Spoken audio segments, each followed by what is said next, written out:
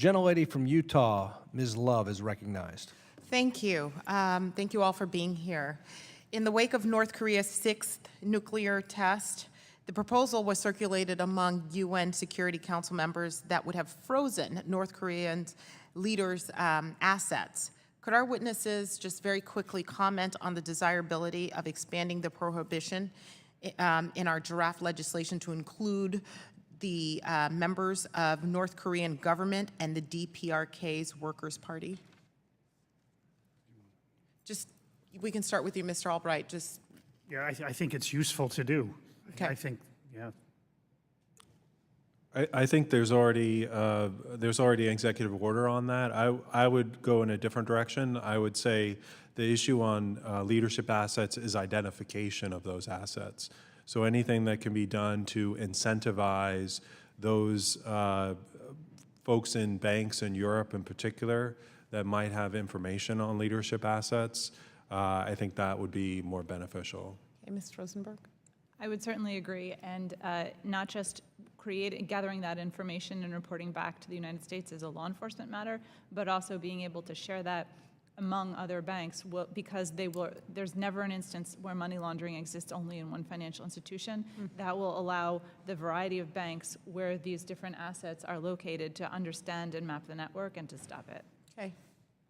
I'd absolutely go after leadership assets. Last year, the U.S. finally designated Kim Jong-un and I believe 9 others for human rights violations. So we have identified Kim Jong-un in the past. So, there is an executive order, January 2015, that gives us the authority to sanction any member of the North Korean government simply for being a member of the North Korean government. So I think we can and should go after not only Kim Jong-un, but the other senior leaders. Okay. Along those same questions, Mr. Klinger, is that Klingner? Is that right? Okay, sorry. Could you discuss the potential for North Korea to assist countries such as Iran in developing nuclear weapons and advanced ballistic missiles?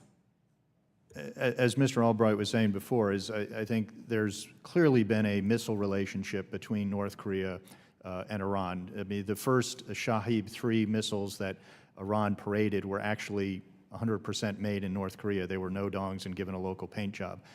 The information on nuclear cooperation is much more difficult to get. We know North Korea was engaged in nuclear cooperation with Pakistan through the AQ-CON network and Libya and others. But the information with cooperation with Iran is much more difficult to get, particularly outside of government. I think there clearly is a relationship on the nuclear side between the two countries, but I think it's very hard to get particularly unclassified information on it. With Mr. Albright, here's my connection between the two. I am concerned that if we continue to just try and be and we want to be as diplomatic as possible, we want to be able to work with people who are willing to work with us. However, we've seen North Korea incredibly defiant. We've seen them go test after test after test. To me, and I don't know if you have these same concerns, but it seems as if they're not a threat by itself, that the proliferation of these activities can support nuclear ambitions for other foreign regimes. Are you concerned about that at all?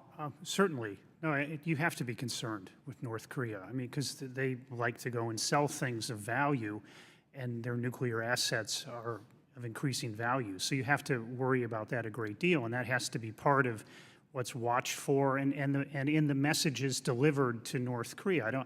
I don't think it was a coincidence that the director of the CIA was on Fox News the other day raising this issue.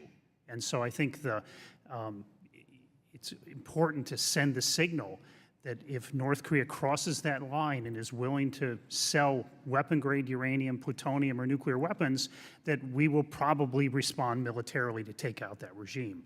I mean, it may be a bluff, but I think it's important that that line has to be maintained and I would say enforced. And North Korea will get the message. They don't want to commit suicide. I just have one more question. Given Beijing's reluctance to take a harder line with North Korea, what arguments should be brought to bear in order to convince the Chinese that pressuring the dictators of China is in their self-interest?